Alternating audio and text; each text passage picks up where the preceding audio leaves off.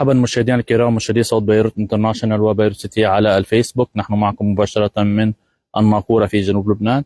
منذ لحظات ضوت صفارات الإنذار في مركز الناقورة تحت الخطر رقم 3، أي الهروب إلى الملاجئ. فإذا ضوت صفارات الإنذار وأعطت تحذيرات بأن الخطر على مستوى رقم 3، أي التوجه إلى الملاجئ. وكان منذ دقائق قام العدو الإسرائيلي بقصف تحديدا من موقع جل العلام باتجاه منطقة الناقورة ب3 قذائف. فإذا 3 قذائف سقطت هنا قرب داخل منطقة الناقورة، وسماع ضوء الإنذار في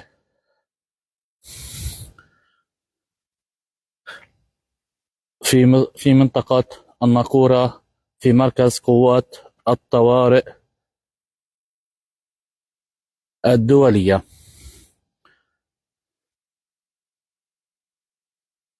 فإذا مشاهدينا الكرام، صفارات الإنذار ضوت هنا في مركز الناقورة، مركز اليونيفيل، طالب منهم الدخول إلى الملاجئ.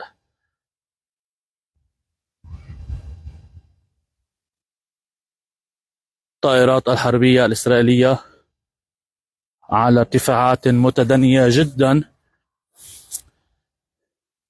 في أجواء المنطقة.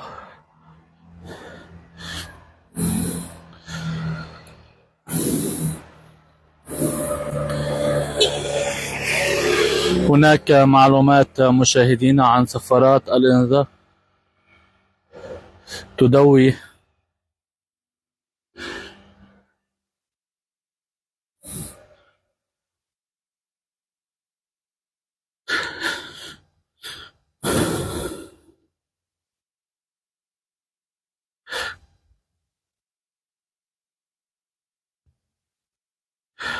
صفارات الإنذار تدوي أيضا في المستعمرات الشمالية في شلومي وحتى السعسع. فإذا صفارات الإنذار تدوي في المستعمرات الشمالية، شمال فلسطين المحتلة، أي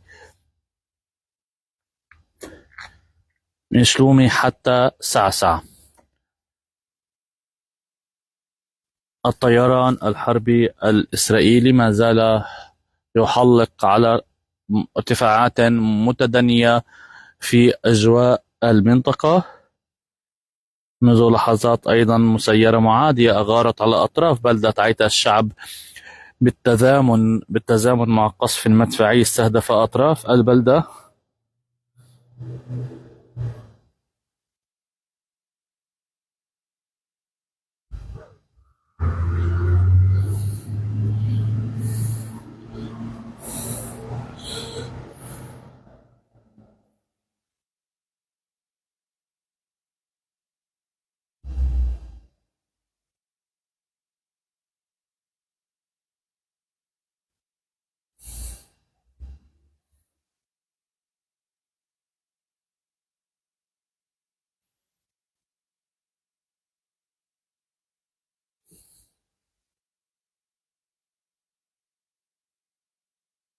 فإذا مشاهدينا الكرام،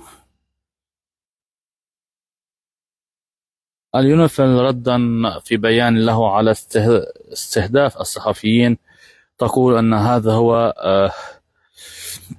انتهاك للقانون الدولي. علق الناطق الرسمي باسم اليونيفيل أندريا تينيتي على استشهاد الصحفيين اللبنانيين في غارة إسرائيلية في الجنوب.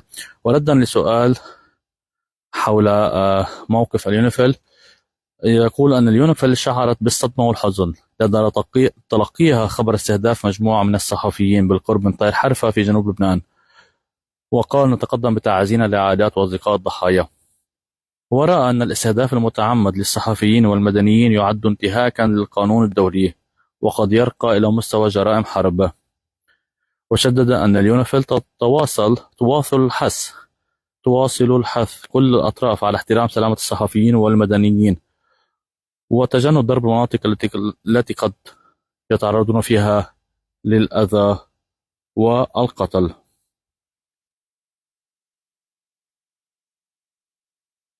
فإذا مشاهدينا الكرام، الطائرات الحربية ما زالت تحلق الآن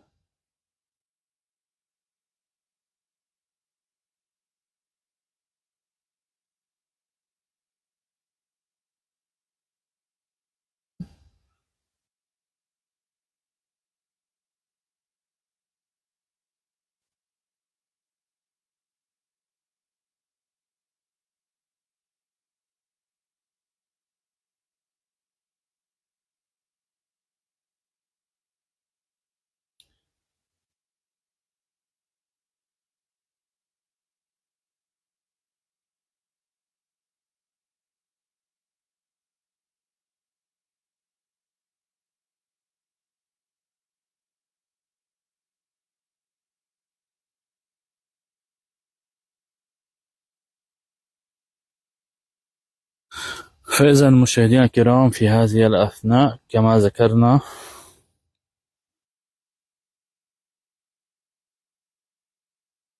قصف على أطراف النافورة،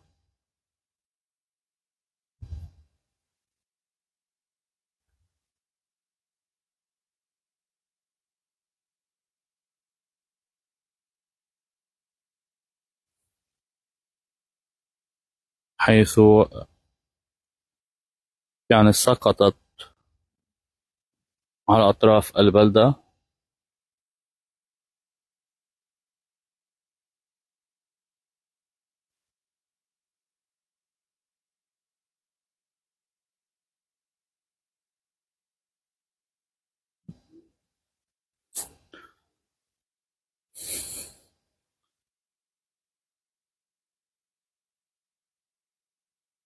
وصفارات الإنذار دوت هنا هذه في هذا الموقع، موقع قوات اليونيفيل، على المستوى الثالث، أي النزول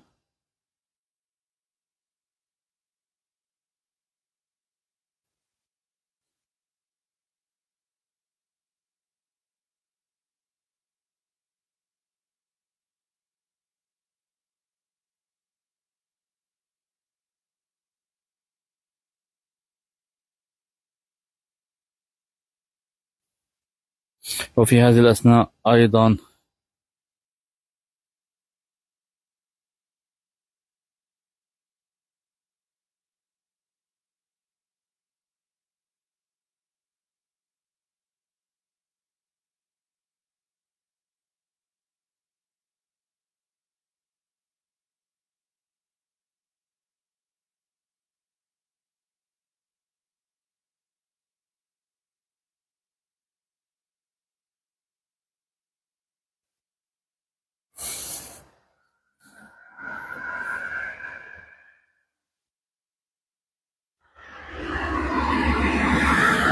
فإذا مشاهدينا الكرام، مشاهدي صوت بيروت انترناشونال وبيروت سيتي على الفيسبوك، هذه هي الأجواء من الجنوب. هناك من يتكلم عن صواريخ اعتراضية فوق جل العلام، ولكن ما رأيناه نحن بأم العين هو ممكن أن يكون قصف أو صواريخ أرض من اتجاه موقع العلام باتجاه المنطقة التي نتواجد فيها نحن.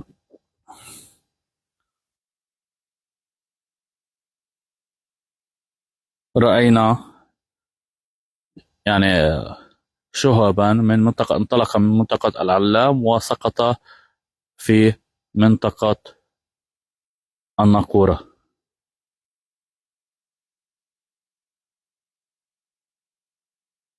هناك معلومات أنه صواريخ اعتراضية، وأحد الصواريخ سقط عند أطراف اللبونة وأحدث وميضا ثم انفجر. فإذا هم صواريخ اعتراضية.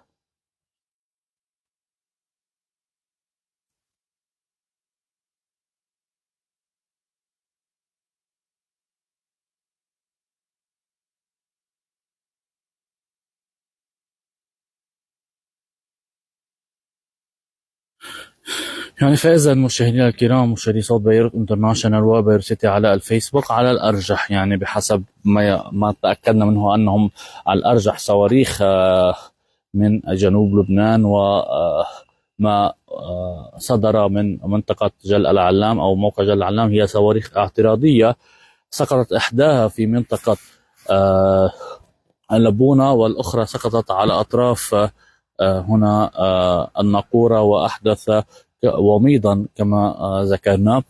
فإذا مشاهدينا الكرام، هناك صفارات الإنذار ضوت هنا في مركز قوات اليونيفيل عند الناقورة، حيث يعني كان تنبيه على المستوى الثالث، أي يعني هناك خطورة ويجب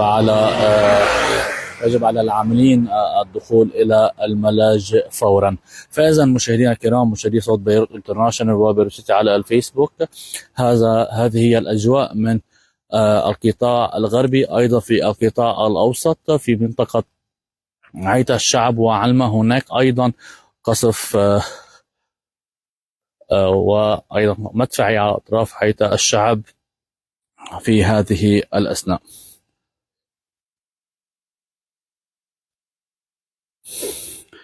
فإذا مشاهدينا الكرام، مشاهدي صوت بيروت انترناشونال وبيروت سيتي على الفيسبوك، هذه هي الأجواء من الجنوب وتحديدا من منطقة الناقورة حيث نحن متواجدون الآن.